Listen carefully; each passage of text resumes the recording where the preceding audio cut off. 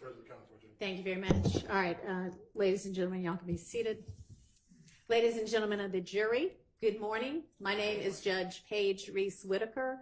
Judge Ural Glanville is no longer the judge presiding over this case. I will be the presiding judge in this case moving forward, and you are not to concern yourselves with this change. Let me remind you, as I assume the presiding duties in this case, that none of my decisions and nothing that I say during the trial is evidence, just like none of Judge Glanville's decisions and nothing Judge Glanville said during the trial is evidence. The decisions and remarks of a judge do not mean that the judge favors or leans to one side or another in this case. The court is only interested in seeing that this case is tried fairly, based on the laws and the Constitution of the state of Georgia and the Constitution of the United States. You are to disregard any comments that may have been made by Judge Glanville that may have been disparaging of any of the lawyers in this case.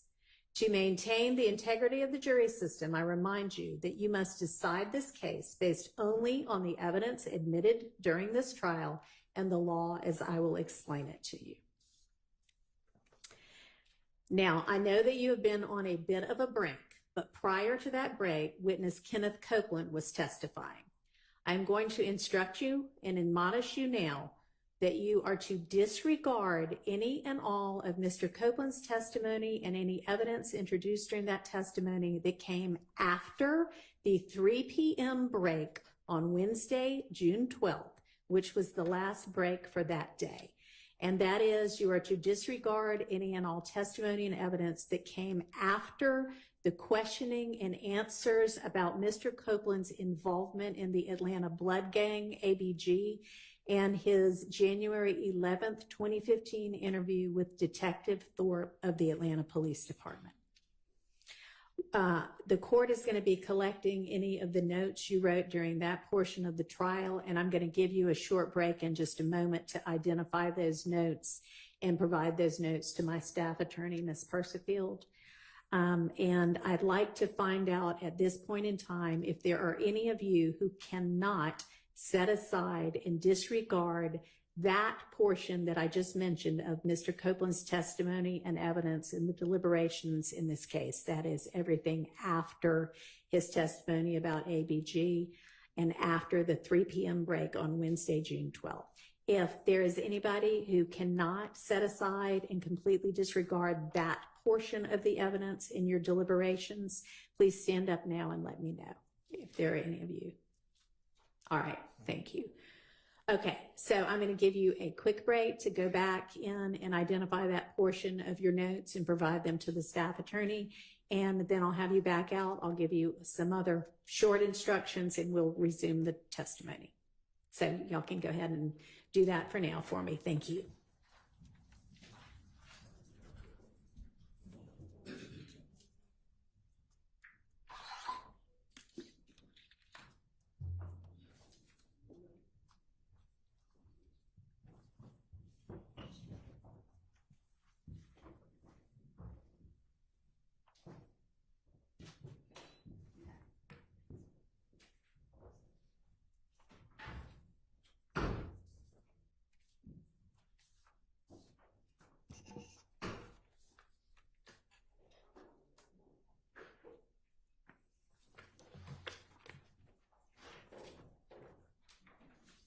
All right, y'all be seated. And while they're out doing that, let me just ask y'all what was the practice with regard to order of cross-examination? Is somebody just taking it as the team? Somebody will handle it? Okay. All right. When you say taking it as the team? Like, is there going to be one of you fine lawyers who's going to represent the questioning for all of the different defendants, or are we doing all 6 of you individually? All 6 individually. Okay. What order are y'all going in is what I was trying to. There's no particular order, Your Honor. Whoever gets up and starts. Okay. Generally. Just find out from each of you whether you have anything else. Okay.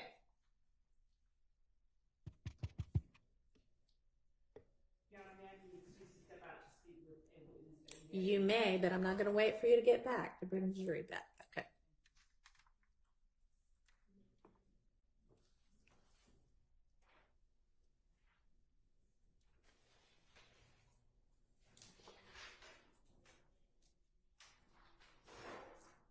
And we'll just recess in place at this point until the jury is finished with their note.